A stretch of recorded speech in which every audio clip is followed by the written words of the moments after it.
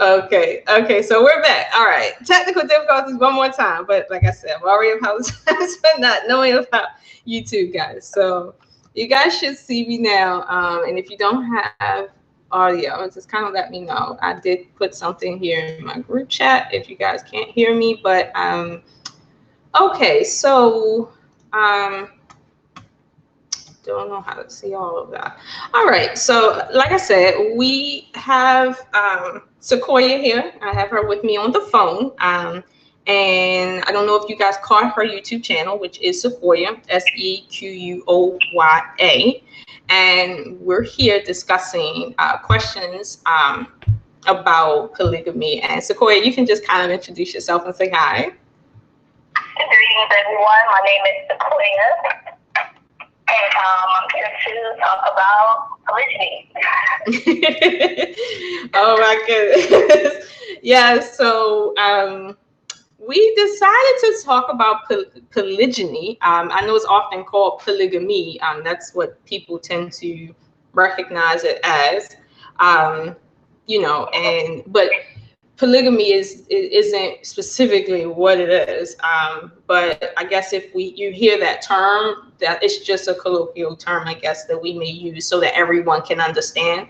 I know when I started hearing the word polygyny, I got a little confused. And I'm like, what are they talking about? Yeah, and I don't want to confuse people even more than what they're confused. Yeah, so let me see here. We were going through. Okay, so Koya, I guess just started off and asked you a few questions that I have had, and just to kind of get your response on that, just in general, and then I guess you can let me know some of the questions you've gotten, and if any of you guys out there want to ask questions, again, just post them in the chat. And SequOYA, I don't know if you can see it, but you can also read it as well if you're online. Okay. So, okay. All right. So I began before, I guess I got technically cut off, speaking to the audience about people asking me, why did I settle for polygyny? Okay. And I began saying that at first, it came off to me like, okay, like an ugly person's culture or something, because like I couldn't find anybody or I felt bad about myself, or I had low self-esteem. So I want to, and of course I didn't, I guess, feel that was a fair question, but I don't know if you've been asked that, but what is your take on people having that question of polygyny being something you settle for because maybe you can't, I guess, get your life together or something? How do you feel about that? Oh man, it's difficult for me to answer that type of question when people ask, because I came into this type of thinking like later on within my relationship, and it's something that my consort decided was the right thing for him, and just based off like the different research I've done, it made sense to me as well. And I don't want to say that I didn't have a choice, but just looking at it like, okay, this is something that my consort wants to do, and I didn't feel right to kind of say, okay, well, I didn't want to end my marriage because this is a part of him that he wants to explore and that we want to explore, so when it comes to those type of questions as far as like jealousy and how are you able to accept this, I just tell people just based off the research I've done, because it did motivate me. It just made sense. So I don't know, it's really kind of hard for me to kind of answer that question, because then I would like to ask other people, why monogamy? Because I don't judge. I don't think polygyny is better than monogamy. I just think it's just whatever works for the couple. So when people look down on polygyny, I just kind of like, all right, I just kind of disengage with the conversation. Like, okay, well, I'm not against monogamy, so, you know, I'm not judging you, so I don't want to be judged. Okay, I see what you're saying. And to be honest with you, I've had the same sentiment. As far as, you know, like the same questions being posed to monogamy is like, okay, it's really unfair, because there's plenty of times in my mind I've met couples and I've had the question of, well, are you in this relationship because you can't find anybody else better? You know, like I've had that, but it wasn't about the fact that they were in monogamy. It was really because of what I seen of them personally, like their personal life as individuals, not the status of their relationship per se. To be honest with you, exploring new things, right, is something that I think people are open to doing, right? But it's come across as only acceptable if it's under the pretense of, let's say, swinging, or, you know, sexual exploration. That's it. There's been so many television shows that has kind of bounced off of the idea of couples trying new things, but one thing they never do is show a man actually bringing a woman in and her being a part of their whole family life. It's always just the sexual component of it. Yeah, and that's it. So, and that's what they consider exploring. But in reality, it's like if somebody told me, well, let's explore marriage, and the only thing I did was go out to eat on a date, you want to be like, well, how are you exploring marriage? Like, that's a component of it, I guess. But, you know, you're not exploring anything. You're just taking, I guess, what you feel is what it only has to offer, maybe the physicality of it, and then you're running with that as that's now exploring relationships. You know, so I kind of feel like oftentimes if we're gonna really talk about exploring new things that benefit us, we really have to really talk about it. To be honest with you, I didn't think of it in terms of exploring. But I did have the same sentiment you had as it pertained to meeting someone, in my case, that I absolutely had a fondness with that I haven't had with anyone else. And I felt like in the current circumstance, period, I wasn't ready and willing to risk one more lifetime of maybe finding someone that I connect with, literally, like maybe, like it's a maybe, because 80% of people out here believe in soulmates, but 80% of people here in relationships survey that they do not believe they've met their soulmate. And most people die not ever meeting someone that they really like click with for real. Like if you take away the filters and stuff. So I really felt like, okay, well, I really like what I have with this individual, and I don't want to risk not having that at all in my life. And, you know, to really put it into perspective, it's like, well, if I said to, you know, someone, okay, I would like to do something, right, and it's something that they wasn't necessarily a part of before, they would really have to come to the same conclusion and say, well, is she worth me doing this? Like, do I think I can get better? It's a thought that you get, but at the same time, it's not simply about, well, do I think I can get better? I feel like I found the best. And, you know, polygamy isn't something that I feel really weighs on that, because let's suppose it was a monogamous relationship and it was maybe another issue. The same question would be there. Am I willing to, you know, risk finding someone else like that at my age, in my circumstance? You know, just because I just want someone that fits 100% of what I ideally want. And honestly, you know, sometimes it comes down to that. And it's strange that when women say, okay, I don't know, but not even I don't know, I'm not going to risk that, and I want to keep my family together, they're often looked down upon like they're doing something crazy, and they don't have self-esteem or something. But when men say, okay, well, no, I'm not going to lose my family over this, they're looked at as heroes in a sense.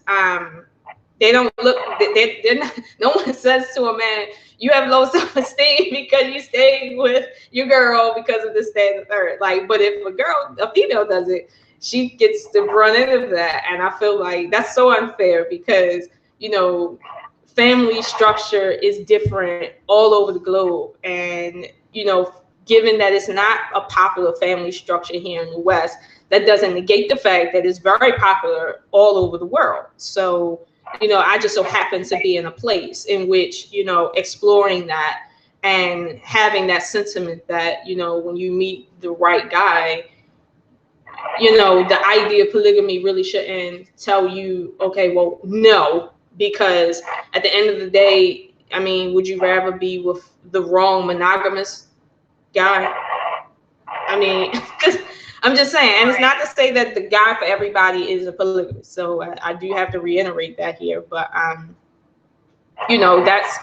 that's one issue that I feel like I don't like having to speak about it. But when I do speak about it, I do have to put perspective on that so that people don't take it as me saying, well, I didn't have another choice, because I did. But when I met the person that I felt was for me, they were just for me. Exploring polygamy is a very mature decision that I had to make. But again, that's something only mature individuals can really make. And there's nothing wrong with that, because keep in mind, right, and I know you've heard about it, couples that explore more than polygamy, like people explore things like polyandry, which I don't see how that structure, that family, well, I don't see how that physical structure, because it's not really a family structure, it's more of a sexual thing. I don't see how that supports family or communities or individuals. Like, I don't see it.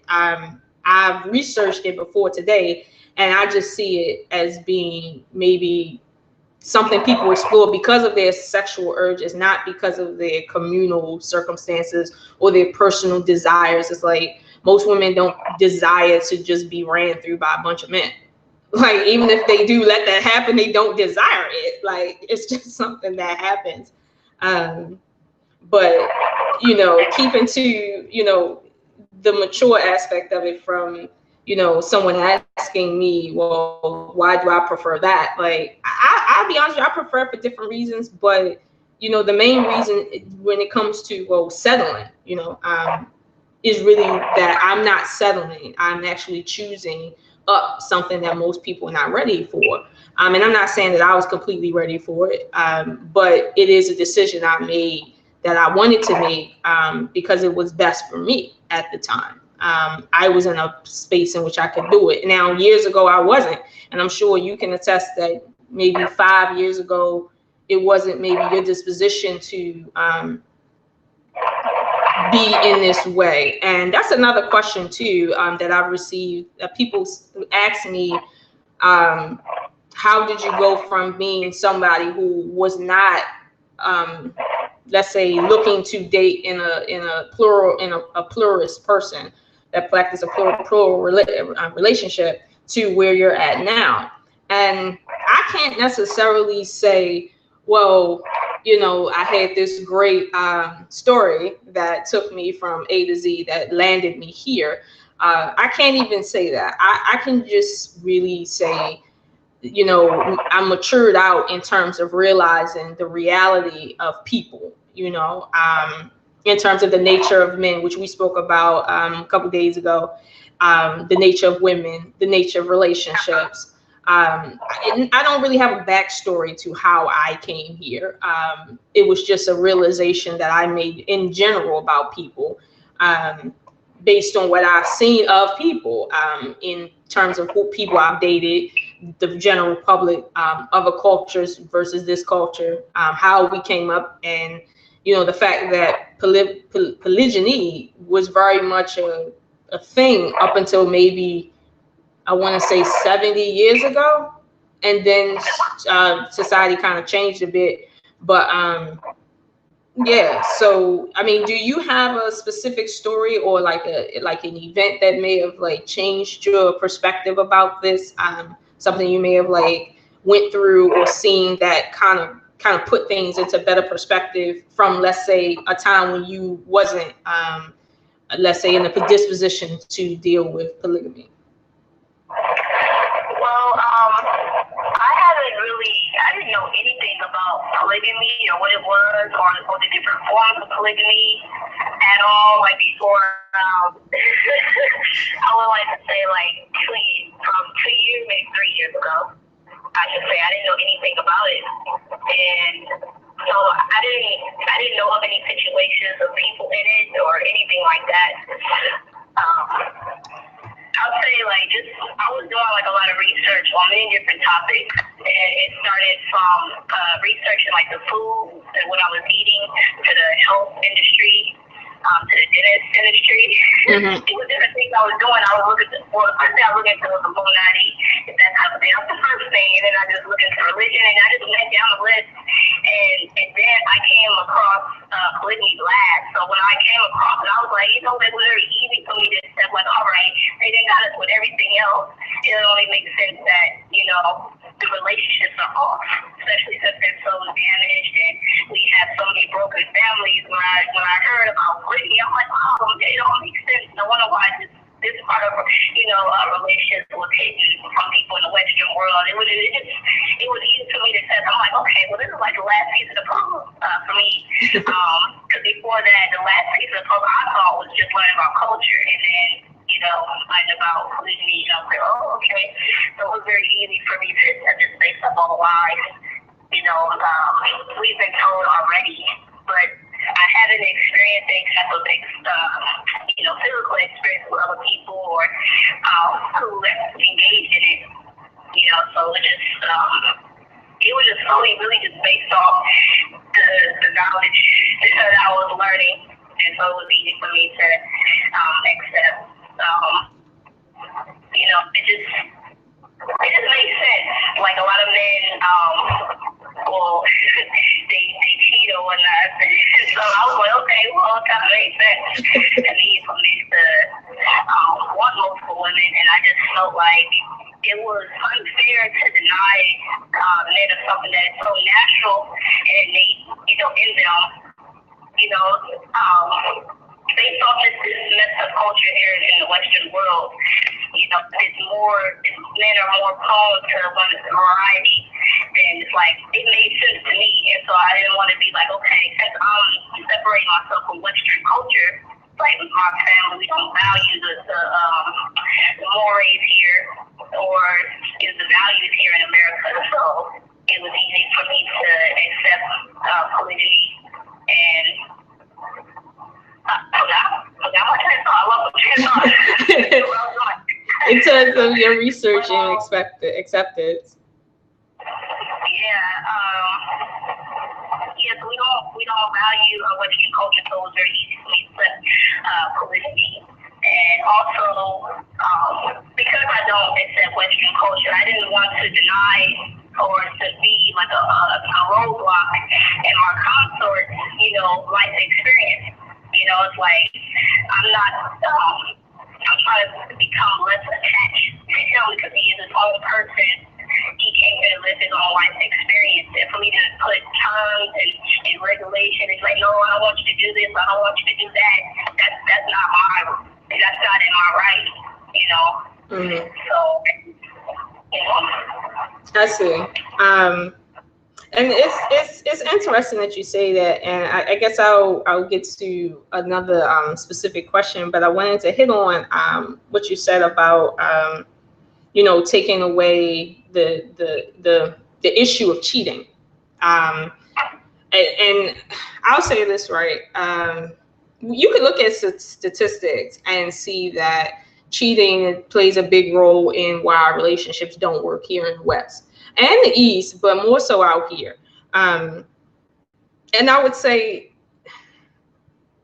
once someone gets to the point of polygamy, right, and we're talking about, well, how relationships don't last, right, in terms of cheating, when you take away the aspect of cheating, which is basically an agreement, it's not so much just a man having sex with another woman or whatever. If that's the parameters of your relationship, then the person isn't cheating if they're within the parameters of your relationship. So like you said, well, when you limit him, now he's in a sense saying, well, okay, I agree with the parameters of the relationship, at least that you're giving me. And now if he does do what he do, he's outside the parameters. But when you take those parameters off and you live in a way in which a man doesn't have to cheat, he doesn't have to lie, he doesn't have to kind of be something that he's not to you, and he can, you know, just be his natural self, and you can be your natural self. With him, I mean, now, well, you kind of cut, at least in my opinion, you kind of cut divorce rates by half. Because to be honest with you, out of every relationship I've witnessed from other people, and even in my own relationships, I can tell you that cheating, it maybe plays 90% of it. I put half just to be modest, but that's kind of what it is. But it's revolving around that agreed upon parameter that people naturally are inclined not to be in.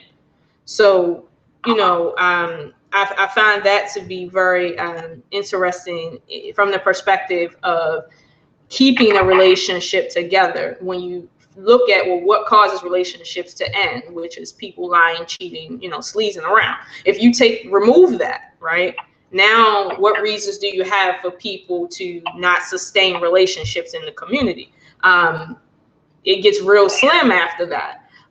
So I thought that's a really good point that you made. Let me because I know I was actually reading my questions thing here. Okay, so like I mentioned to the audience that you know, there was a question that came up. Well, I'll get to what I mentioned to them later. But there was a question that came up about men, all men, okay, needing a few consorts. Let's just say that. In order to make them, to sustain them. Now, initially, right, it was asked and I answered it, right? But what I said was, you know, I believe that all men would want to, you know, be attracted to who they're attracted to and actually act on that. But as sentient human beings, there's certain parameters even we have to stay within as humans. Like, for instance, just because you can have a baby every year doesn't mean you should be having a baby every year. Like, from the age of, let's say, 15 to 40. Like, just because you can get pregnant every year doesn't mean you can get pregnant. You should be pregnant every year. And it's the same thing on men. Like, they got like millions of sperm. Doesn't mean they need millions of babies. Like, do they need those babies? Like I think we kind of like get into some funny business when we think in those trains of thought. But you know, I literally said to another person that I don't believe that all men should have multiple women. I do believe that it's something that some men are inclined to more than others, because I've heard some men say that they're not up for polygyny. And it's just not what they want to do. And I feel like that's fine. At least they're admitting to what they want to do and what they're comfortable with. But the issue I have even with that is oftentimes people will say that, but then secretly, you know, it'd be something else. You know, so I feel like maybe a lot of them are scared to say, but nevertheless, I don't believe every man should practice this. One, out of respect for the community and the people directly involved. And, you know, a lot of people say, well, if all men are attracted to more than one woman, then why is it that all men shouldn't practice that? And I had to break it down to one individual that, you know, we're here to build, not simply to just act on impulses. Like, we have impulses that we, you know, can agree to, the natural impulses, but what are we building here? You know, people just don't get in relationships for nothing. Like, everyone gets inside of a relationship to create something, to co-create something, whether it be affection, whether it be children, communities. We're coming together for a reason. So to say every man deserves this, it's like, well, if that's the case, then, well, we're gonna have a problem, because every man isn't built for that. And I don't want to say, oh, well, you know, only certain men really should do it, and kind of X out people by name. But the truth of the matter is, I don't believe that every man should participate in this, despite the fact that I do believe that it is something that's natural to a man. I know it sounds kind of contradictory, but I feel like beyond the natural impulse, there can be a lot of damage done if it's like, if any and everybody started doing the same thing. Sort of like guns. Like, everybody theoretically has, you know, a right to a gun. But if we put a gun in every single person's hand, now we don't have a society anymore. Now I'm scared and I'm never leaving my house. So, you know, so it's like, you know, I mean, but theoretically, everybody is entitled to a gun. Like, you are, but it's weird because, like, everybody should have a gun.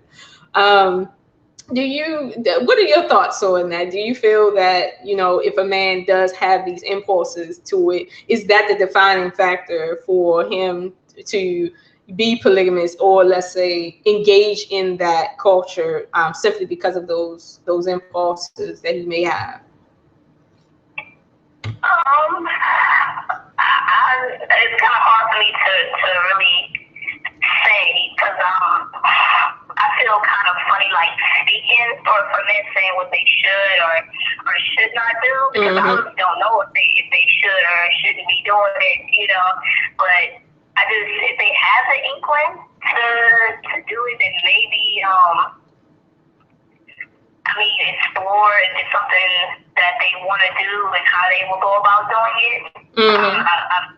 But I do hear some men, they say that they don't want to do it, and they might just be saying that because they think that that's what other women want to hear. They don't want to come out and just say, like, no, I really would like to do it, you know. But I just feel like if I say that some men shouldn't, then that'll make other women who are against it be like, trying to tell men, like, okay, well, you're not the man, you shouldn't be doing it. But it's like, okay, but you can't really tell a man that he shouldn't be doing it. You know, it's like, it depends on where the woman is coming from when she says it. You feel like I would ask, like, my consort, I would ask him, like, well, how do you feel about this? Do you think that all men should be doing this? Or I would ask him that type of question to see what he thinks about it. But I don't know what he thinks about it, so. Right. Like, what do you say? Like, are you sure? Like, I mean, and I totally agree with you. And I, like you said, I hear it, but at the same time, in the back of my mind, I'm like, are you saying this because you really feel this way, or because it's popular, I guess, to say this? You know, which kind of puts a strain on people who don't follow what's popular. You know, I would say, huh? I see people who are doing it, and it may not be working. They may be having a hard time. They may keep their lives, and then I would look at that and be like, okay, well, what's going on? Like, why isn't it working for you? And then I'll look and be like, okay, well, maybe it isn't for that person. Maybe they don't know what they're doing, or it's not working. Yeah, You know, but totally. other than that, it's like, oh, it is working. I'm like, okay, that person knows what they're doing. It's that, you know, I want to know more. You know. Yeah, and you know what? I've noticed that too. That, you know, and I mentioned this, that sometimes it can be a matter of it not working out because of different circumstances, based on the individuals, though, not the institution itself. You know, like, and a lot of times it's easier to blame the institution of polygyny versus the individuals. You know, like I remember one time, I was at, because you may know I have an Islamic background, and you know, people practice it and don't practice it, but I was talking with a lady, and she was a nice lady, older lady though, and she said that she was marrying a guy, and he was a known person in the community, and he, you know, he practiced polygyny, but at the same time, right, once she got married, I heard like maybe, I don't know, maybe like 4 months later, she was getting a divorce.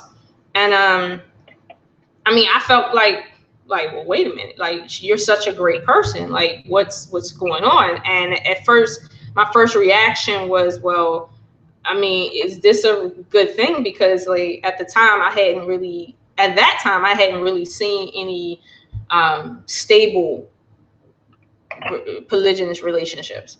But later on, because I didn't ask her specifically, like, well, what happened? But it was in my mind, like, well, is it because of the people, or because this is like a bad institution? But later on, when I started seeing people that had relationships that were actually working, and, you know, it felt good to be around them, you know, that's when I started realizing, you know, yeah, it's not for everybody. Men and women, like, every woman isn't meant to, you know, be in a circumstance. But just because you're not meant to be in it doesn't mean you can't support it, which is where I was at for a long time. I wasn't in it, but I did support it, I guess, from a distance. You know, just because I didn't find anything wrong with it, despite, you know, my own personal circumstance. Let me see. I think. Okay.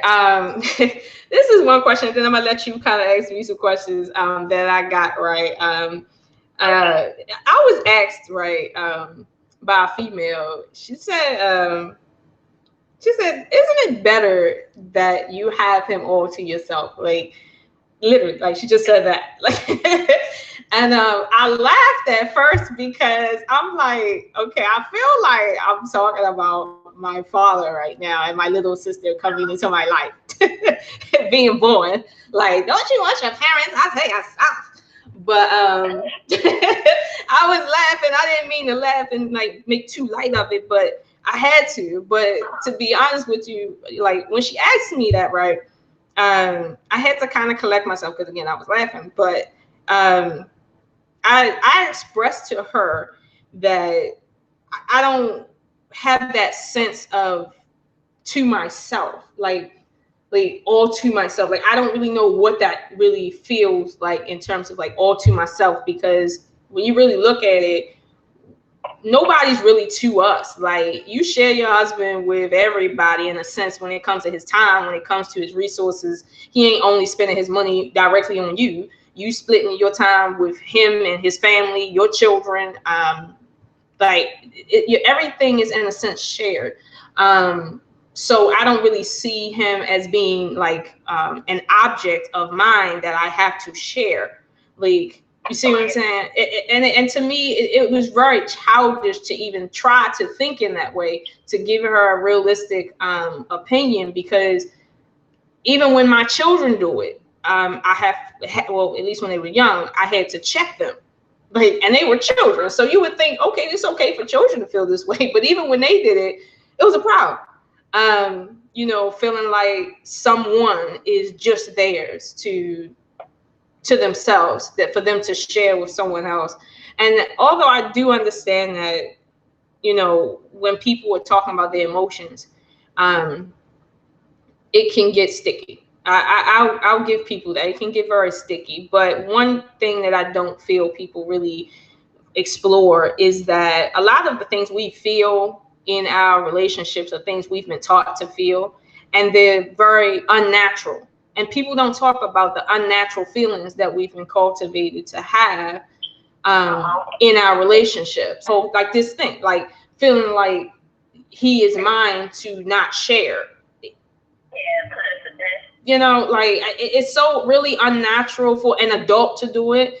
And it's very problematic even when children do it, and you would assume people grow out of it. But we don't feel that way when it comes to affection with anything else in our life. But somehow this monogamy has taught people, well, this is the definition of love, treating someone like an object that's only supposed to be to you.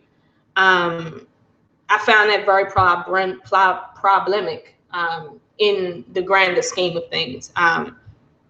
You know, and I mean, I answered her, you know, directly, and I said, no, I don't believe that this person is like mine to be held to myself, to not be shared. Like, I don't have those thoughts like that. You know, like when I was in monogamous relationships, it wasn't about sharing. It was about the parameters of the relationship being respected. That's what it was about. It wasn't about him physically being in someone else's house doing something physical with the other person, because if that was the nature of the relationship in the beginning, it wouldn't even be a conversation. So, you know, I kind of threw that out there jokingly with her, but it is a problem that speaks to a bigger problem in the community, if you ask me, as far as unnatural thinking that obviously is going under the radar. Do you what are your thoughts on the unnatural thinking in terms of like, he is mine, like, or, well, in a sense we are each other, but I guess it's kind of sticky. You know, try to keep it basic. Yeah, I think it's emotionally immature. Possessive, you're an adult. It's like being possessive and this is mine, give me. You can't have it. This is all I want this all to myself. It's like childlike. So it's like when you're an adult, it's like you have mine, you're thinking more, should be thinking more towards, I'm going to share this for the betterment of my community. If I see somebody is struggling, they need this, I'm going to share if it's something that will be beneficial to that person, you know, and they can really use it, you know, it's like more loving to, you know, to think in that type of way. But like a lot of like just being jealous, like it's like kind of interesting when you say, okay, you must have low self-esteem, or you know, if you're in a relationship, or you must be insecure in a polygamous relationship or a polygyny. And it's like, no, you're insecure by saying like, okay, I don't want to share this man, I want him all to myself, or thinking that if he's with another woman, that is something wrong with you. That's insecurity in a polygyny relationship. Insecurity shouldn't exist, because there will be problems like what, you know, what we be talking about, like, oh, don't you get jealous, but don't you feel like, you know, they start saying things like that, and it's like, okay, well, that's jealousy, that's, you know, that's not healthy, you know, that's not supposed to be normalized or normal for a person to have that in their heart. And so when women say, oh, insecure women only do polygyny, it's like, no, like secure women engage in polygyny because they're not intimidated, or they don't get feelings of jealousy because their man is with someone else too. So it's like all those women that talk about insecurity, like it's a lot of women insecure in monogamous relationships. There's a lot of women insecure in America, period. So it's like, so say that women in polygyny relationships are insecure. It's like, no, black women in America, a lot of them are insecure, period. So and that's something that we need to heal within ourselves. You know, projecting our emotions onto the outside world, onto men and onto other women and onto other people, and take accountability for like, no, you're just emotionally immature. Work on your jealousy, work on your possessiveness, work on all that stuff. For women who are overcoming their insecurities, you know, like. Just judge too much. Women judge each other too much.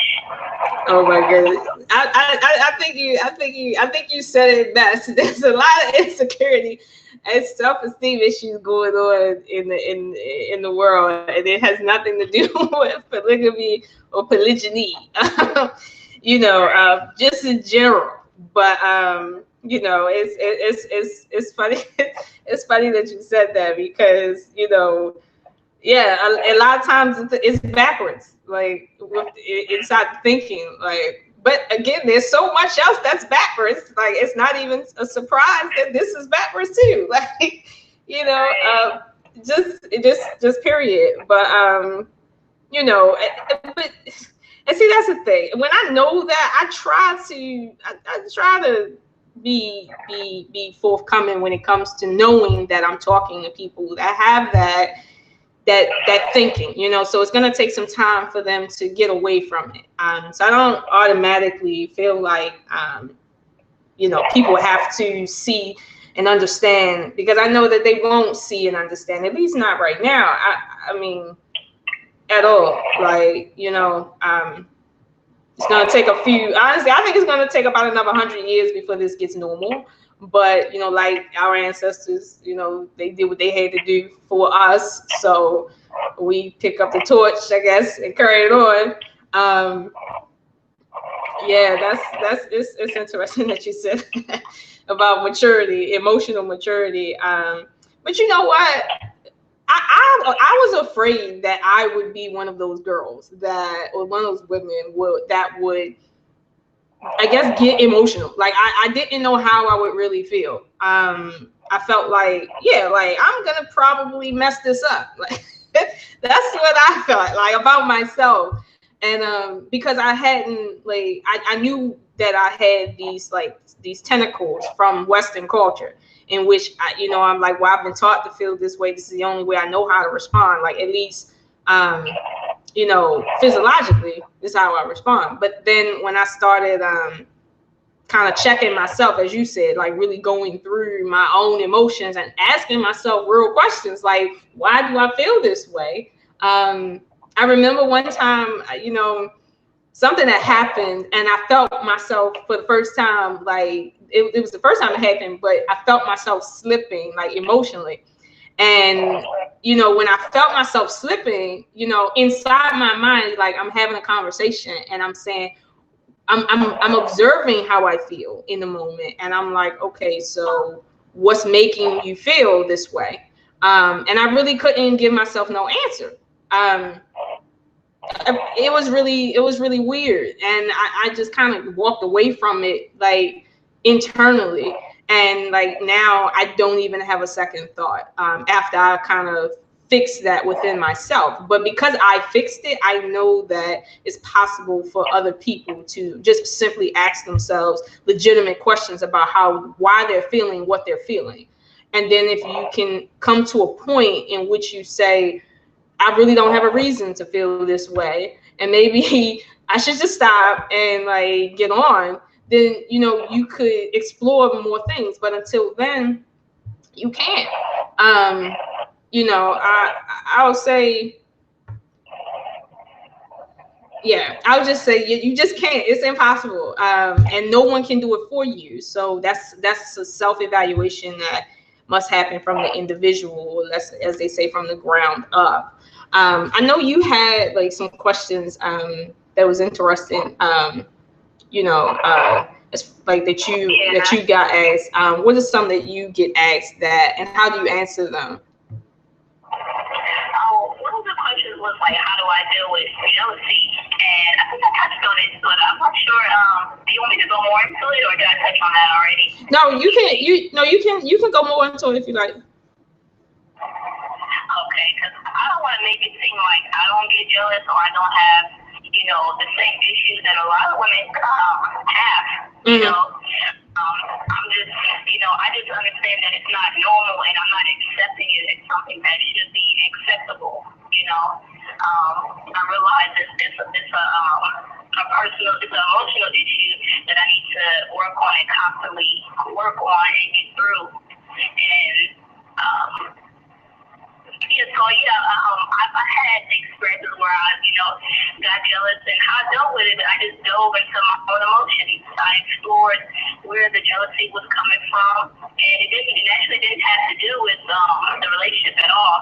It had to do with my own insecurities and my own childhood that I uncovered. And when I realized that, it just made me think, like, okay, I can deal with this. You know, I can deal with any type of, you know, uncomfortable emotion that I have and get to the root of it.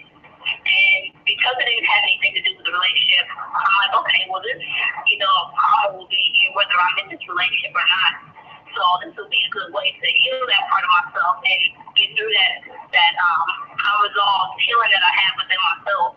So I just deal with jealousy or any other type of insecurity or negative emotions by just writing it down and just doing like my own emotional work to process it and get through it. But yeah, that's how I deal with that. I don't go and have a conversation with my counselor. Okay, you need to do this and you need to do that. It's like, no. You know.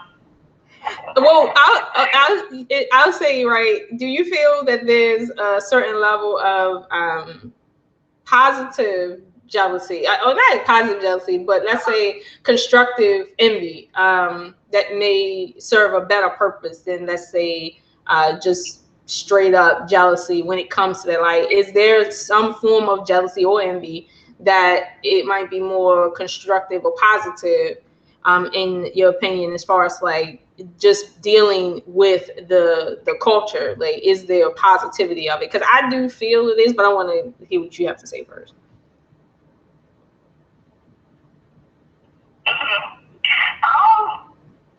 I don't think so. I'm not sure about that. I don't think jealousy is healthy in any situation.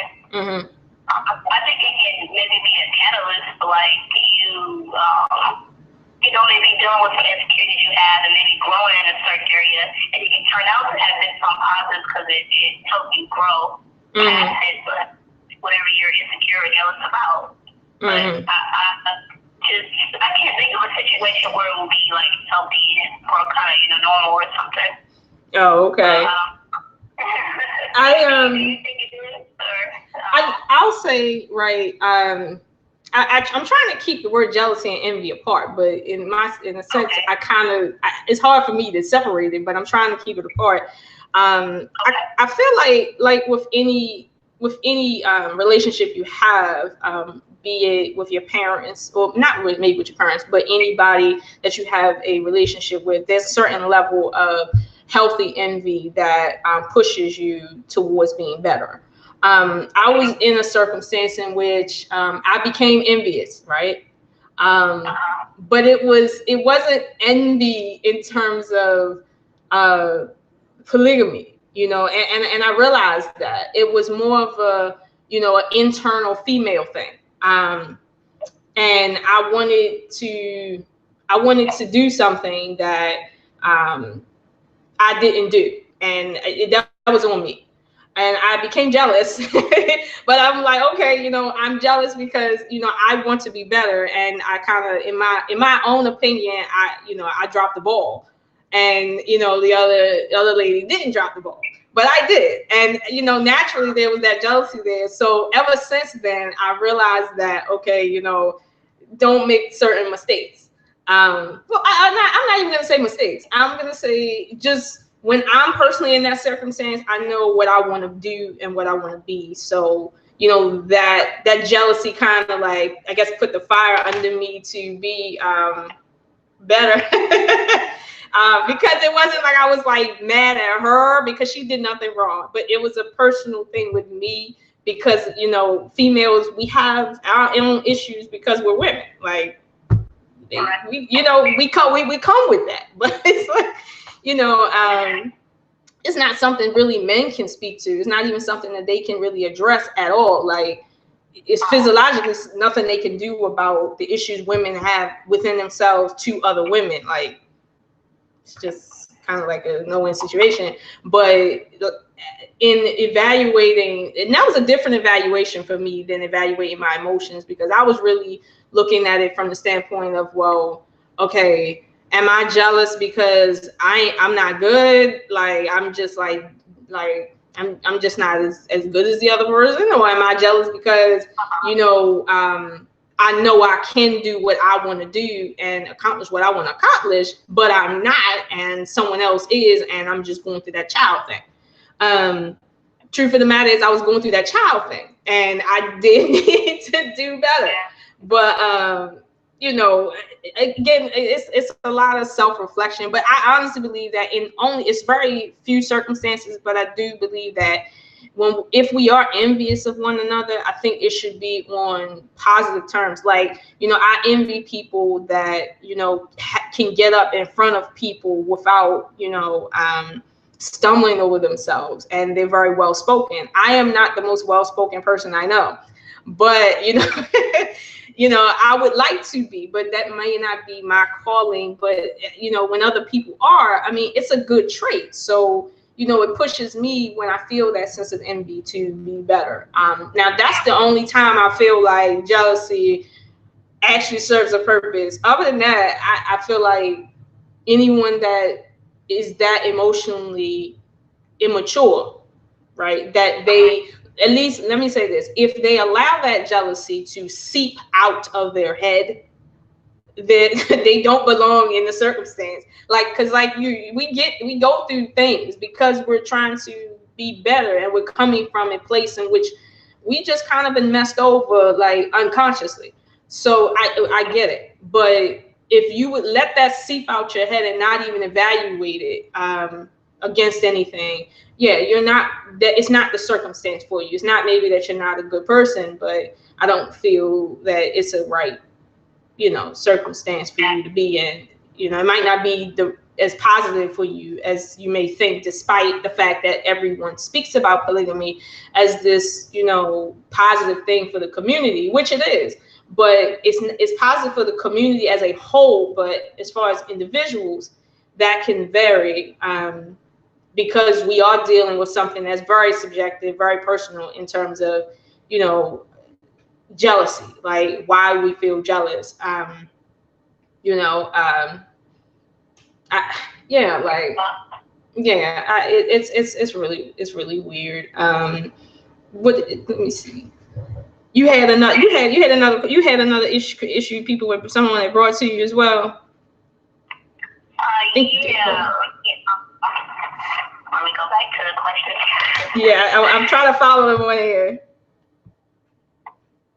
What else? Sometimes women will say like, okay, do you pick the wives?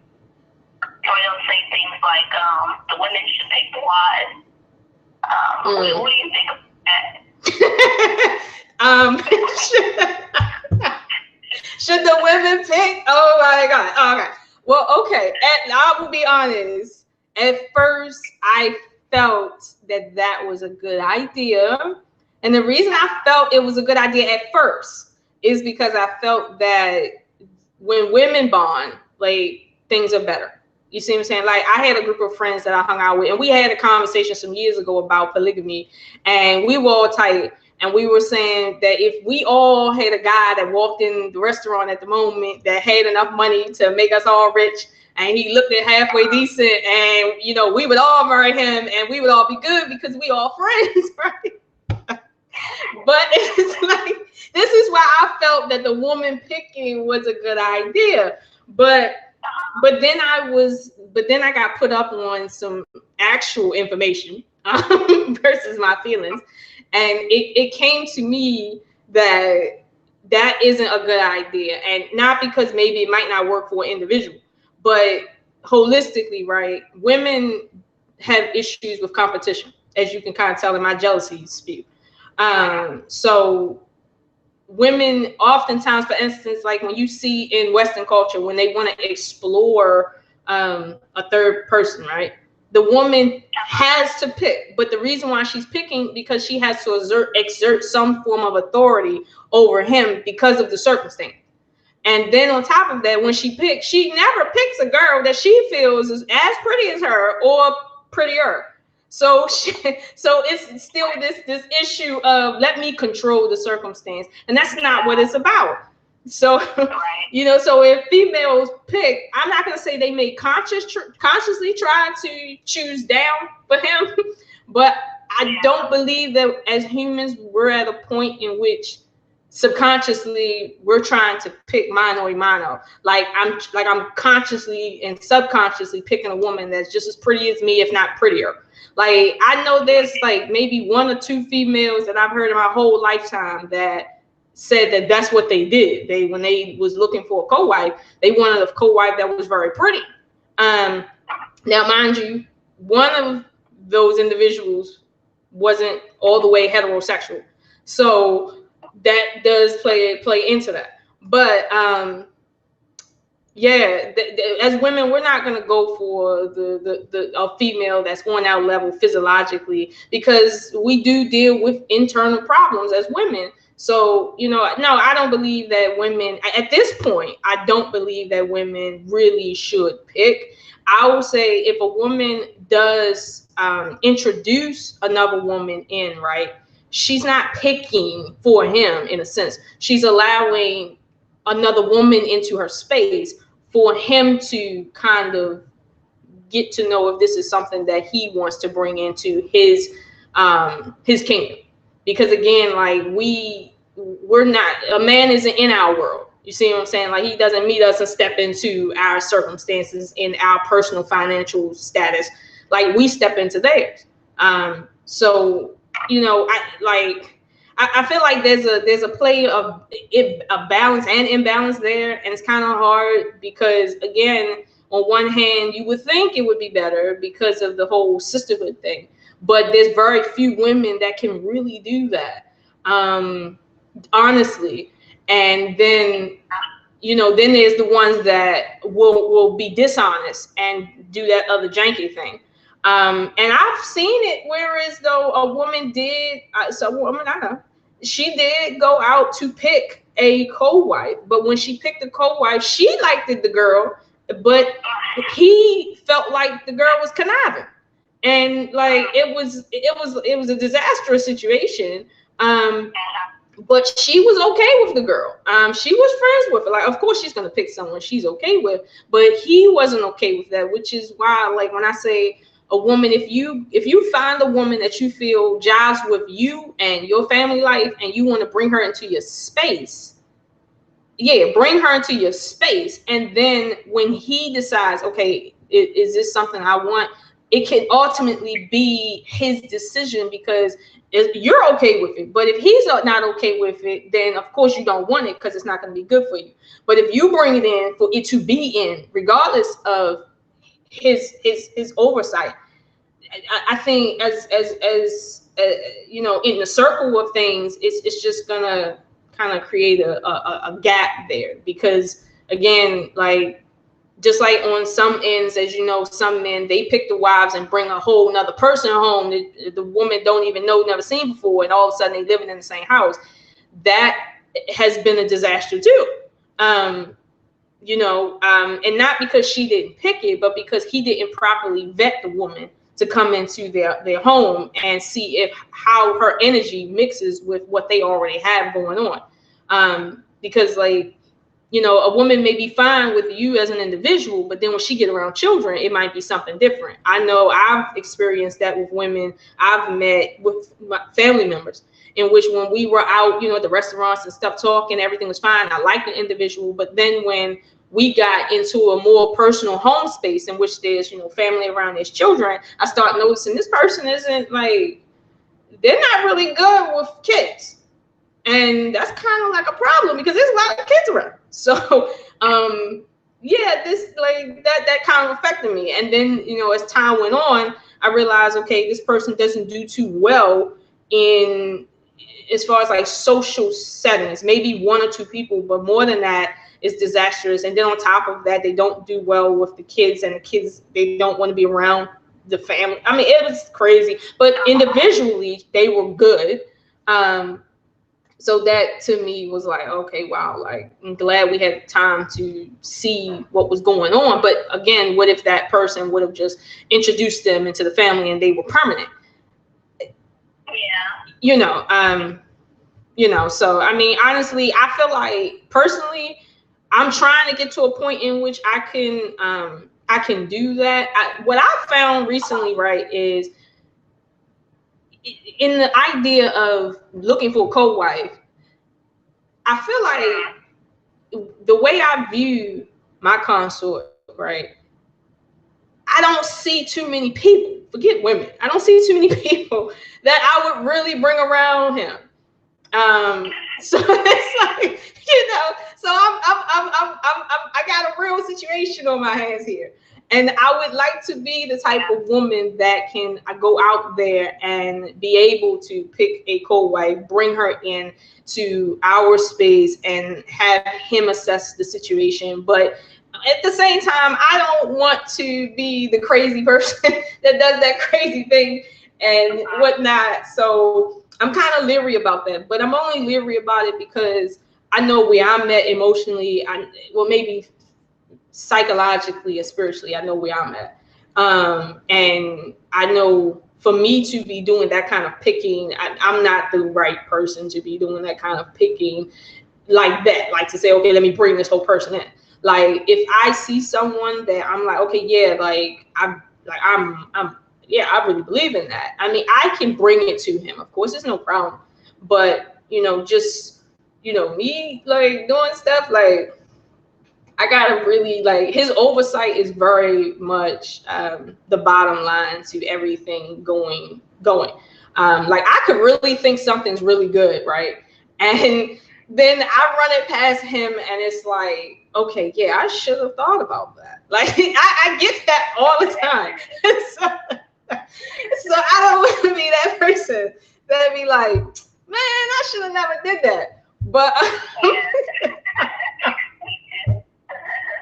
I mean, but some people may have a better, eye. They may have a better sense of spirituality than me to be able to pick up on things that I can't pick up on. And they can go out there and, vet, a co-wife that they feel is, that will energy-wise and physiologically be okay with,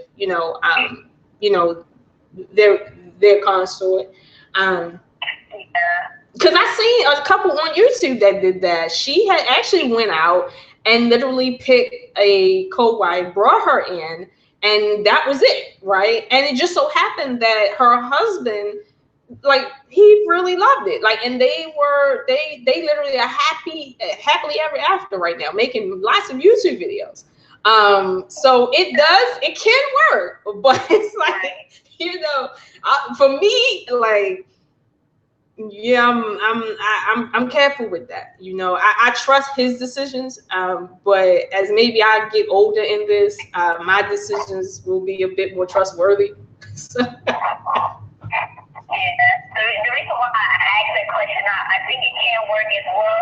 It's just some women think that the wives should be the only ones picking the other wives, and that's how it's supposed to go. Oh. And it's a niche. Picking the women, or who they like, it's kind of like a way for women to stay in control of the situation. It's like, okay, you don't have no control, just let go. It's okay not having control, over, that aspect of, it's just okay not to have control over your man. Just trying to find another way to, but, I think it's okay. Like, I think I'm confident in my abilities to be able to go out and find somebody that my husband would like, because I'm very good at sensing, like, if there's something wrong with the person, like, I can look past, like, maybe their flaws, but if there's something that's, like, really, like, a concern, I'm like, okay, I don't trust this person, and usually my husband, we'd be on the same page, we'd be, like, we both will get that sense, we'd be, like, looking at each other, like, okay, we're going to watch out for this one, and every time we have that intuition, we always right.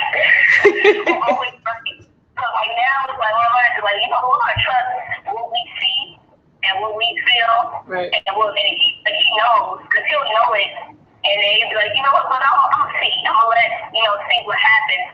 Whereas I'm like, nah, you usually know. So if you know already, we can just spygate like the result of what's gonna happen. When we let it happen pretty much.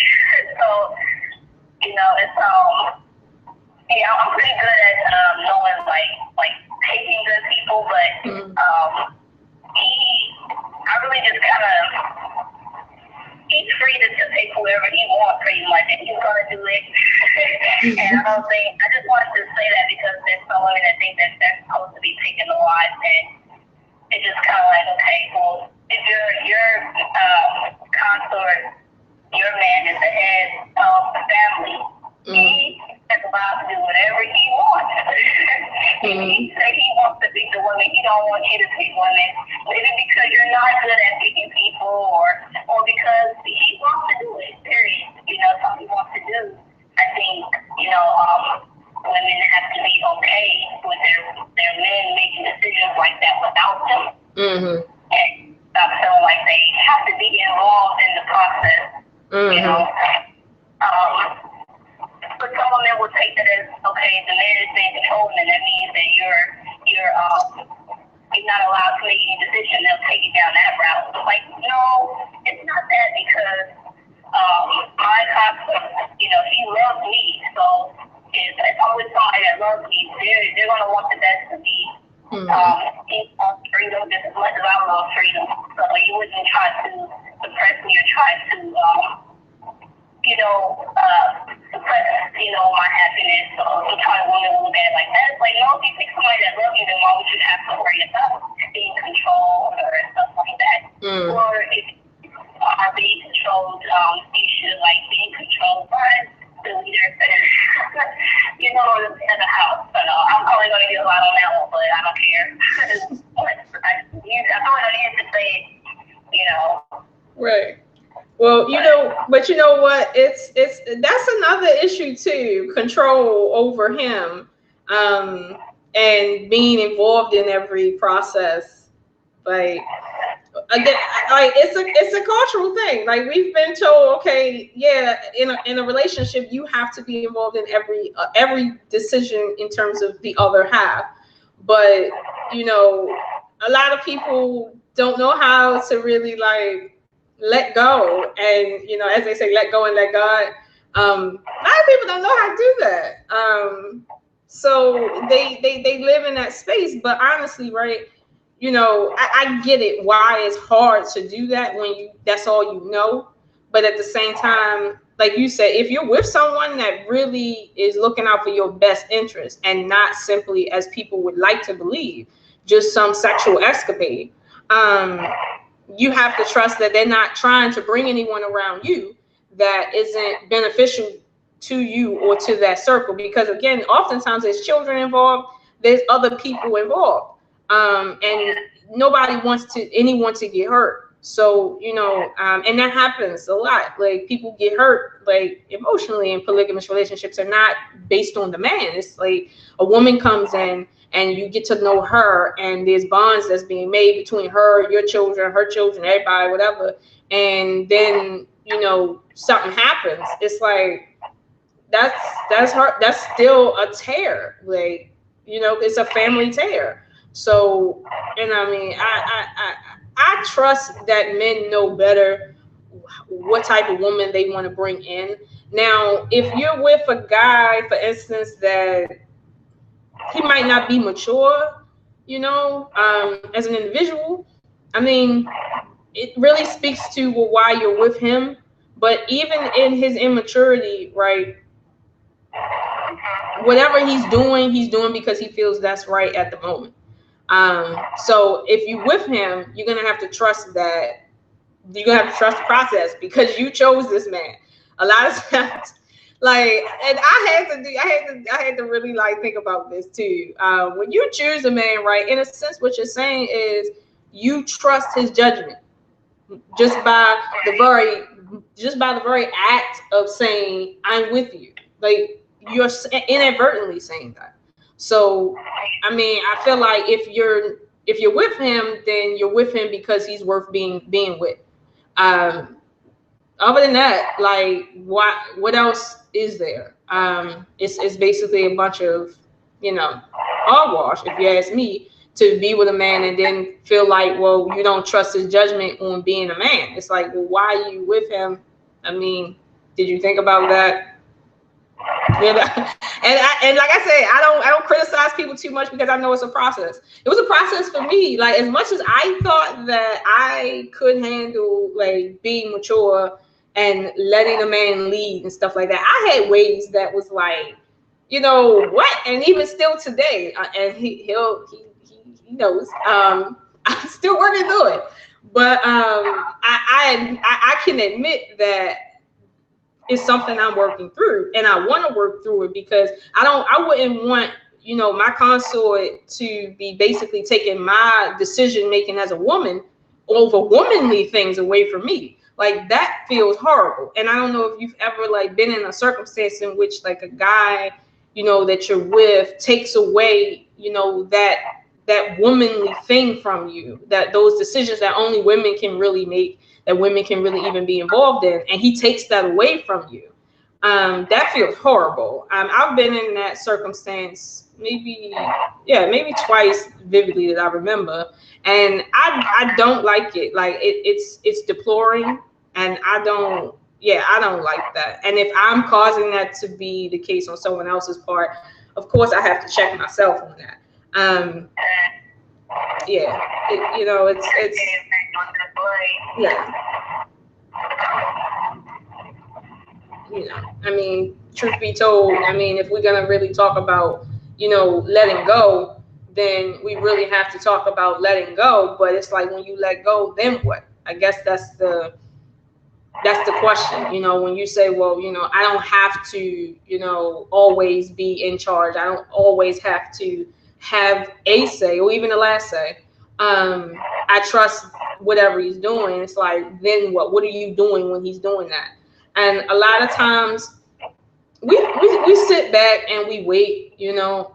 But as women, we have this natural thing to, you know, try to rearrange stuff, you know.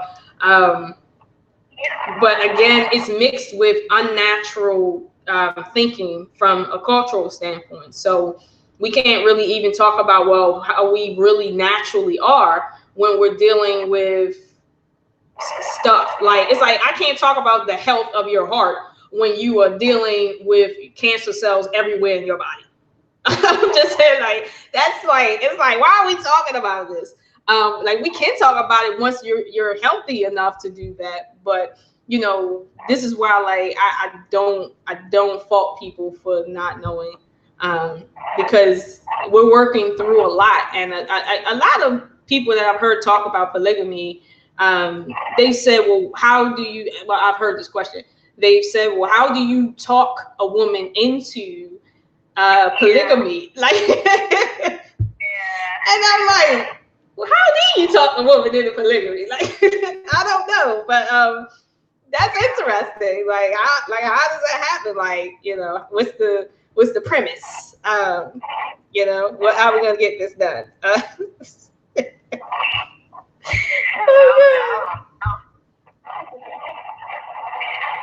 I mean, did you already speak on the financial aspect as far as like people said the men have to take care of all the wives? Like, no, I haven't. No, I haven't spoken on that. But you can go ahead. I haven't though. Okay. Yeah, but a lot of women, I hear that one a lot. Like, well, can he take care of all the wives? They'll ask questions like that. I'm like, okay, well, you're pretty much asking the man to be rich. Okay, so he has to be rich to be able to provide for a whole bunch of different people. Children, women. Okay, what about the women? You know, are they making any money? And then you have a woman that complain like, okay, well, he's making all this money. Not every woman wants to sit at home and not make any type of financial, you know, like, well, she just doesn't. Not a lot of women are okay with that. Want to go out and do things, and they have inspirational goals. They don't just want to, you know, so it's like, okay, well, yeah, doesn't. Like, you put limits on the women who don't want to just, you know, be a stay-at-home wife and not make any type of money or anything like that. Right. So it's like, okay, well, I don't agree with that. Also, like, it's a lot of if we struggle in America, for one, so like, why put that expectation? Okay, can you be able to provide for all these women? Like, well, a lot of women are having a hard time providing for all these children. A lot of families are having a hard time providing, you know, or being able to, like, just provide for all the necessities, food, clothing, and shelter. They're having a hard time with those type of things. So put that expectation on a man, can he provide for all women? It's kind of like, you know, it's not showing any type of compassion. I feel like, and if we know that we're struggling as a whole in America, then we can put our finances together to go well, that's one way you can do it. Right. Well, well, hold on. Let me say something about that. Right. A lot of times when females say that, it'll be the same females that's dealing with a dude working at Target that's helping them pay their 2-bedroom apartment that's like $900, and they check the check literally, like miss 1.5 checks, and they about to get put out. They'll be at that point talking about, well, can he provide? Well, at the end of the day, why should he provide for more than what you provide? And like the way you living right now, why should it be any different? Like if he can provide a $500 to $900 apartment for you to live in, why is that not okay? Why does he have to be baller rich in order to do it? Because like you said, when you talk about, well, should he be able to do it because can he afford it? Well, if I ask you, should you be able to have children given that right now you unemployed? Like, should you be getting pregnant? Should you legally have to abort your child because you are unemployed? You cannot take care of that child because breast milk don't do it. You need Pampers, you need gas and electric. Like, I'm just saying, like, you got breast milk, I get it, but that ain't gonna do any that. I mean, unless even if you're indigenous, that ain't gonna help. You still need a tree to live under. But I'm just saying, like, that would be unfair to tell a mother simply because you make a certain amount or you're not at a certain point that, well, you shouldn't be able to have all these children. Like, seriously. So at the end of the day, if a guy says, listen, you know, I want to take on another wife, and let's say he only makes maybe $50,000, $60,000 a year, and I'm not saying that, you know, making $7 an hour can really take care of more than one person, but if he can provide, if he can keep you at your status in terms of your lifestyle, wherever that's at, why do you expect more than that simply because he's practicing polygyny? I feel like that's a way women kind of, it's like an undercut, like right in the groin a little bit, because they don't really want to deal with polygamy. So if they have to, they'll put these conditions on it and says, well, you have to take care of all of us. And when he says, okay, well, how much you make this month? You make $700 a month. Okay, I'm gonna make sure you get $750 a month. And you good, right? And you should be good because that's what you've been doing all year with that. So it's like, you know, I'm just saying, you know, I mean, people really got to be realistic. And like you said, if you know that in a monogamous relationship, you would come to it with half, like most women saying the stuff that we talking about, they on that half stuff, then why is it you can't say, well, okay, this is what I'm going to bring to this relationship. He's bringing something. We're going to put it all together. Like, what's wrong with that? But to the women, I feel like it's all a man's responsibility to take care of you. How about if he does take care of you fully, however that is, whether he's rich or not rich? Well, what is your responsibility to take care of for him?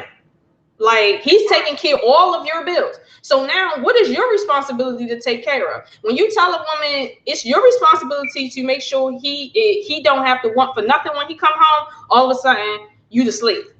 Like, I don't want to be a slave. Like, I don't want to do that. I don't want to be a housewife. But it's like he's taking care of every aspect of your life. Why can't you secure his whole life? Why can't you secure his resources that he going out working for, that he leaving, hustling, doing whatever to make sure you have? Like, I say this, if anybody is literally taking on that type of responsibility, that level of responsibility should be reciprocated. And that it doesn't matter what kind of relationship you're in, it should be simply out of mere fairness and respect. I don't go for the 50-50 thing simply because, first of all, men are not here to do the 50-50 thing when it comes to finances. Men are here to protect and care for their families in that way. So for me to say, well, it's my responsibility to do 50% of what you're supposed to do, like that, no.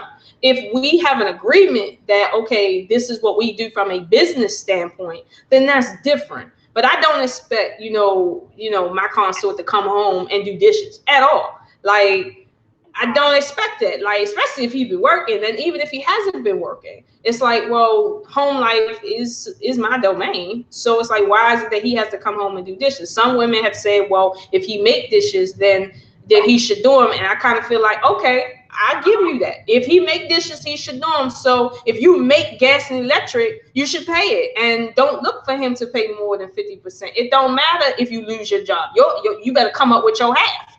Like, and honestly, when we get to these type of conversations, then now the next question is, well, why do you even have this man? Because you could have all of that with a female. Like, seriously. So, you know, for me, I don't mind letting go in that way. I don't mind allowing him to do what he do and me do what I do. Like, honestly, I like not having to do other people's jobs. Like, when I go to an employer and I have to be paid to do my job, and then I find myself doing somebody else's job, even in the slightest bit, yeah, I got a straight attitude. You know, like, seriously, straight up attitude. Yeah, so I can imagine a man having to come home and do a woman's thing, and it's like, well, what do I got you here for? And if I gotta do this, yeah, I need another woman in here doing this. So, you know, that's just what I gotta feel. Yeah, I just wanted to say, like, even if a woman like is on point, you know, with her household duties, like over time, like me being a stay-at-home wife, like I've worked here and there, but I've also been a stay-at-home mom, not bringing any finances for a long time, and I'm not going to be a mom. I'm not going to have motherly duties for forever. Like, my children are going to grow older, then what? Am I still going to be expected my husband to provide for me? You know, like, even now, like, I want to generate wealth so that I can so that we can have more, and so I can, you know, do more, so I can so we can just do more, period. It's like, it's not satisfying to me to be like, I'm not okay with just like, oh, just provide for me, and I don't want to miss, like, you know, I don't want to make no money. It's like, no, that's not okay for me personally. That may be okay for some women, but after doing it for a long time, it's kind of like, I don't want to do this anymore, you know? So, that may also come into play too. Sometimes a lot of women, when they talk about polygamy, I notice that they're not in a relationship, or they're not in a long-term relationship, or haven't been in a long-term relationship. I've been in a long-term relationship, and like certain things that women ask, I'm like, okay, over time that may be fine for a short while, but things change over the course of years and years, and you may want different things. So, like, to limit yourself, like, I want things to be this way. But you may change your mind, you know, later on in a relationship. You may decide, okay, I want to be a stay-at-home mom, and years going, they're like, you know what, I actually still want to become an entrepreneur and do other things as well. You know, so, I mean, sometimes, you know, I just feel women, they should be a little bit more open to different circumstances, different situations. Women want different things, men want different things, like, when it comes to relationships, it's like each relationship is really personal because we all have individual needs. Some want more in certain categories than others, but, you know, it's really hard to kind of generalize all relations and say, oh, it should be like this, men should provide for all the women. It's kind of like when people do things like that, it's okay. Like, you must don't have a lot of different relationships with different people. You know, like it's just, every relationship is different. So yeah, I've come to realize that as well. Like, it's you can't paint with so much of a paintbrush on that. You know, yeah. Did you have another question? Something else you want to speak to? Because I had one that I wanted to bring up. It's like it's strange. Okay, so one question too that comes up a lot, both between men and women, is the issue of STDs, simply because of, you know, having more than one person. I will say that STDs is a thing. Like, I'm not going to take away from the fact that STDs happen. It happens in polygamous circumstances. It happens in monogamous circumstances. Where I feel it's an unfair comparison is that statistically, right, monogamous relationships hold the higher STD rate, period. for different reasons. I'm not saying that it's all because of like, you know, cheating or whatever. I'm just saying like it holds a higher rate of STDs. So when someone says, well, what is your concern about it when it comes to polygamy? You know, I really kind of have to bounce the question back and say, well, I have the same concerns that I had when I was in a monogamous relationship. Because frankly speaking, I haven't caught anything from any institution that was polygamous, and I've only been in one myself, but it's like, but you know, I have had several incidences where, you know, someone has decided, okay, I'm gonna go out a step outside of the relationship and basically be dirty. You know, I have not countless, but I have a lot of family members that caught HIV that way. Few of them died from that. You know, so it's like, and they were in monogamous relationships. So, you know, and if you really look at it, pound for pound, if I told you there's a 50% chance that you'll catch it in a polygamous relationship, right? And a 85% chance that you'll catch it in, you know, a monogamous relationship. At the end of the day, right, whether something's 50 or 85% chance, it's still a risk. Like, so, you know, either you're going to do it or you're not going to do it. I mean, I know somebody said there's a 60% chance that this plane you're about to get on is going to go down versus a 50% chance tomorrow.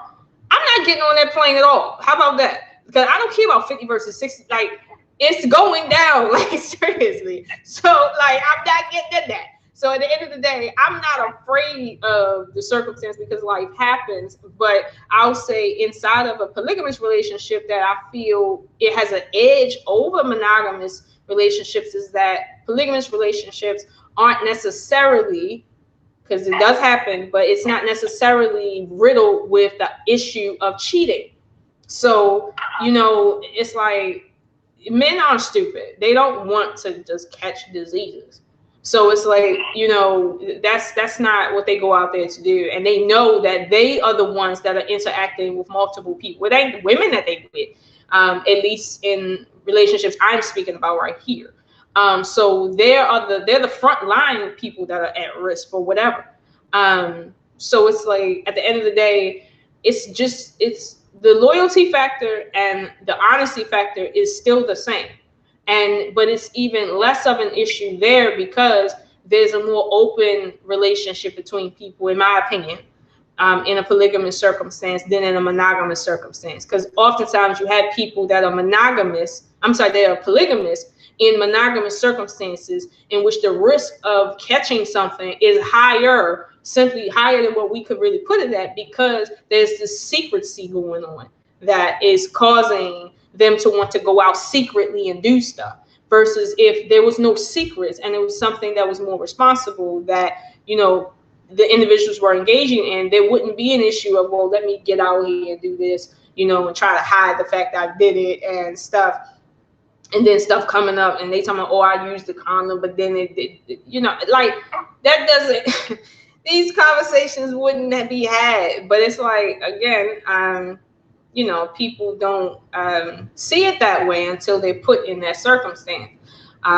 Because, I mean, you really don't know until you've been faced with a monogamous circumstance in which you were highly subjected to STDs, and then placed in a polygamous circumstance in which, okay, there's multiple people involved, yes, but it's a safer environment. Like, you really don't know until you've seen both sides of that.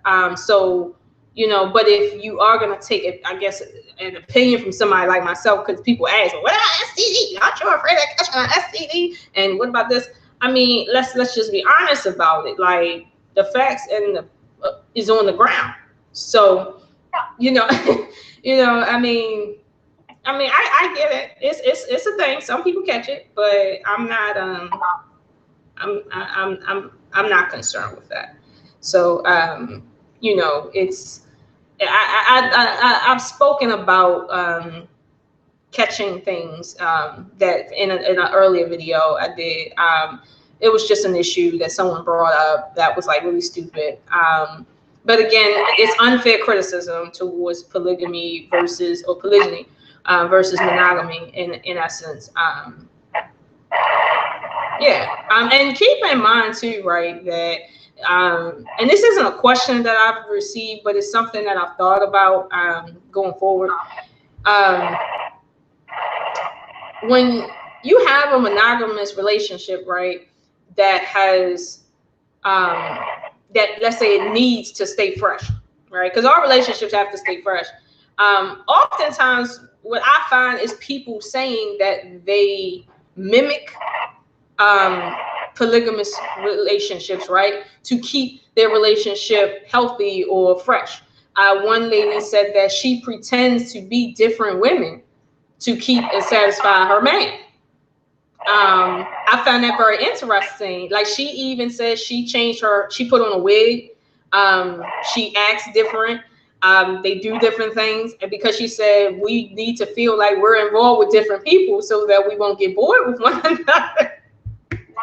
And I was like, okay, that's interesting. But the idea that she has to be 6 different women for him in order to keep him, that's just a testament that, okay, you know the reality you face, but you're willing to fake it instead of actually living it.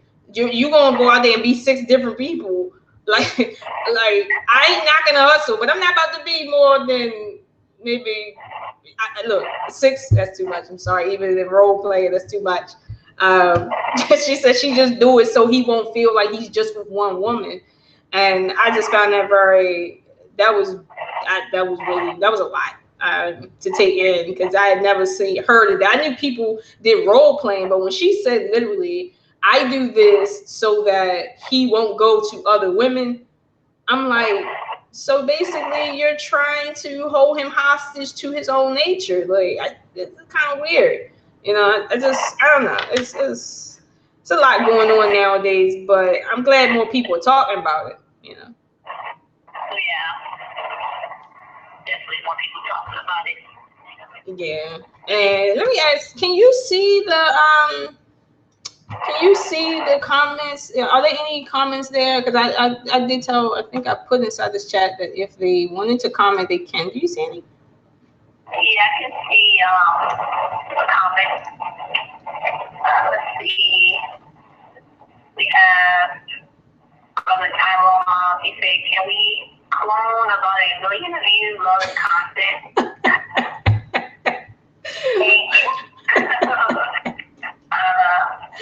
So we have Brother Scholar. He said, "This conversation is healthy because if you see Western polygamy, they'll tell you it can only be done with bungalow-looking Tesla and woo-hoos, and there's no growth in the women's role." Wait a minute, what did he say? I don't know.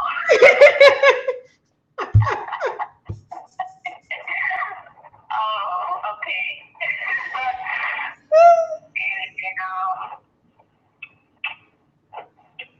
And then he said, if you have to talk a woman into it, then she ain't down and shows desperate acts and lack of pedigree on the male side. Okay, that's a good point. Very good point. If you have to talk a woman into it, basically don't, because it's not something you can really talk someone into. They have to come to that on their own terms inside themselves, because it's really not something a man can help with. A woman has to understand the sicknesses she's suffering from, because men aren't suffering from a sickness of being polygamous. That's their natural state. We're the ones dealing with the problem. So it's like, you can't really help, like, try to talk into it. Like, I've never heard that, so I can't really relate to talking a woman into polygamy, because it's like, what do you say?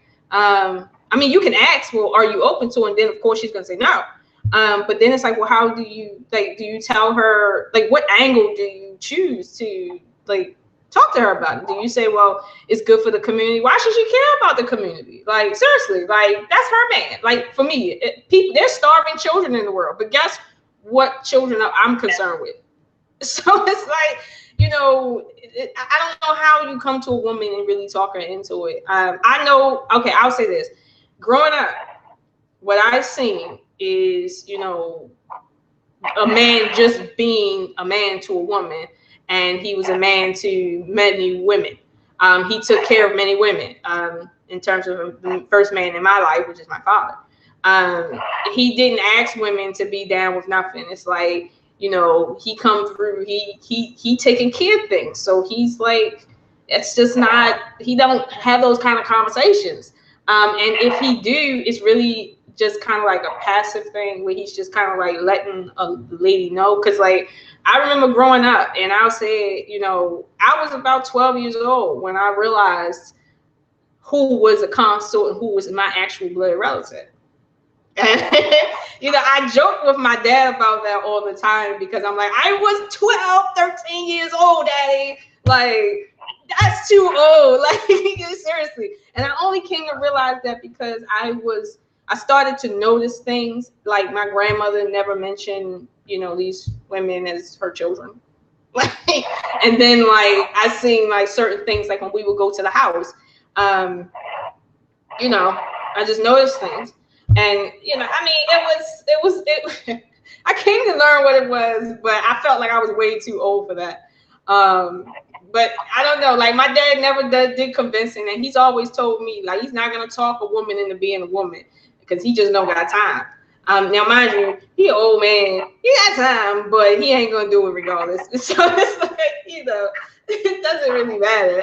I don't know. I just think what it may be with guys, look for women that have a certain value system. And even if she's not in the space, I guess at that moment, that value system will supplement the idea. Like if you present it to her, her value system will take her far. Like you said, when you think about loving another woman in terms of lifting her up and not leaving her behind alone, that's something that doesn't have anything to do with your man. That has nothing to do with, you know, a bunch of stuff. It's like your value system puts that in place. So it's like if you have a good value system that it can be premised on, then yeah. But if your value system is F the world, a nuclear family don't mean nothing to me, it's just about me and him, ride or die, like I don't think that's like a good circumstance to try and bring it to. Like she might okay, she might go for it, but not in a good way. Yeah, not in a good way. I don't think so. It just seems like a lot of women in America, their value system is like that. Yeah. Their values come from the Western culture. They already have ideas of what relationships supposed to be. Mm-hmm. One man, one woman. You know, they already they just have ideas that sharing is not okay. And so hopefully us making videos like this will maybe, you know, change women's minds on, you know, it's okay to, you know, share your man. It's okay for you not to choose the wife. So, I mean, we can only try to just inform or try to share our, you know, our views and our experiences on it, and hopefully to help. It doesn't, you know, and I don't really know what to say in regards to find a woman that, but, you know, hopefully this conversation will help change your mind. I hope so. I genuinely hope so, because I really feel like it's a good institution, you know, if it's done correctly. But many men are out here telling other men, you know, how to do it correctly. But it's like the biggest issue is, well, okay, we can do it correctly, but what about the girls? Like, you gotta get the girls on board. And it's like, maybe you're not paying attention to the right girls to get on board. Like maybe you're looking for the, you know, supermodel type that really is probably never going to be on board. But the girl that's at the library, she might do it. You know, or the girl that, you know, just isn't popular. I don't know, like you really have to, it's not the easiest thing to say, because there was a point in time I wasn't there. So, you know, people grow. So I'll say all is not lost. Don't go your own way. Whatever you do. Yeah. Just stay focused.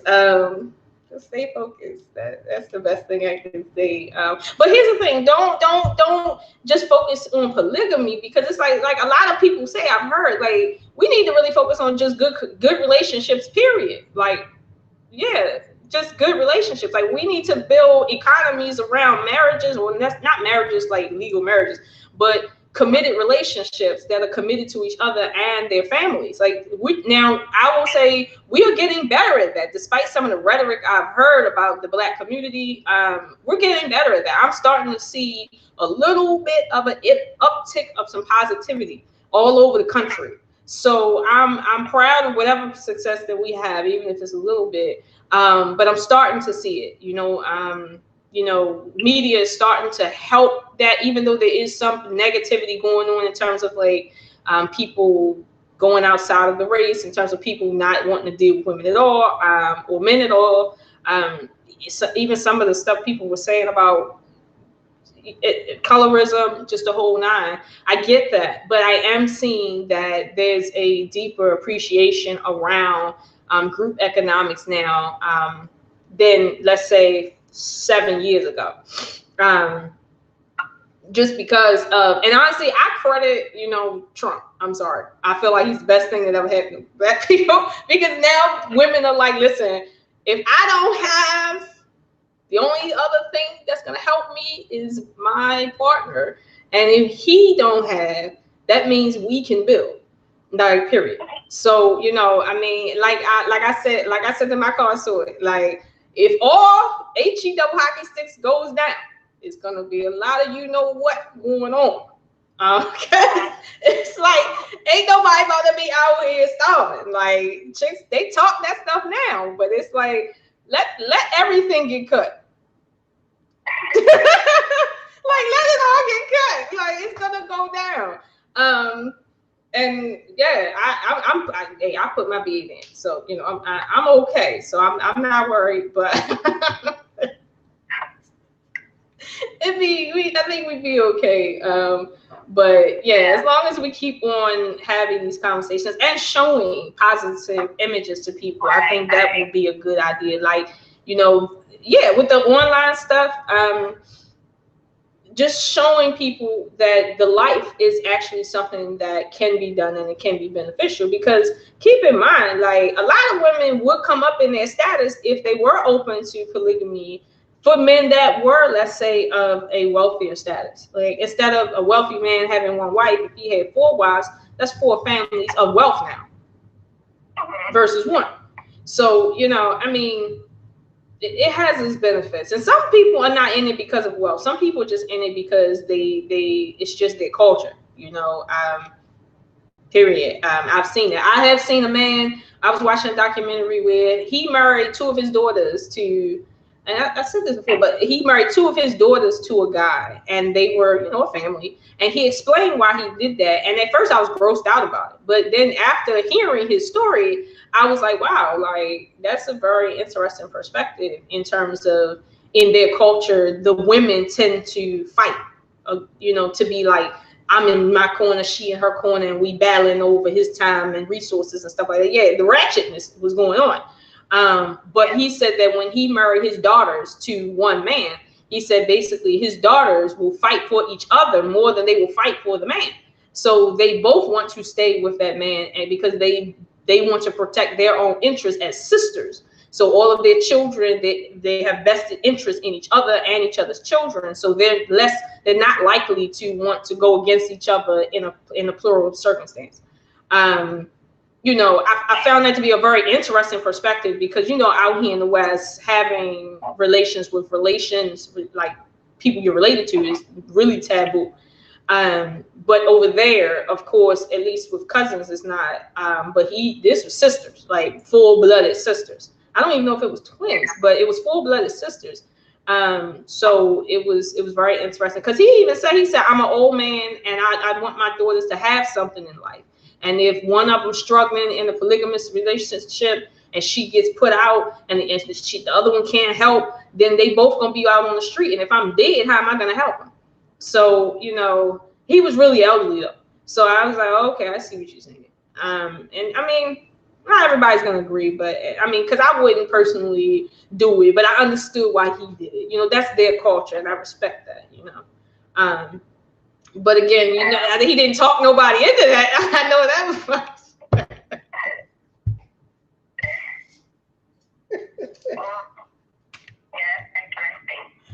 Oh man, but I ain't gonna hold you. I think we've been on here for a minute now. I'm gonna leave everyone with this conversation, and I'm gonna let you get back to real life now. So so we can continue to struggle. Keep pushing.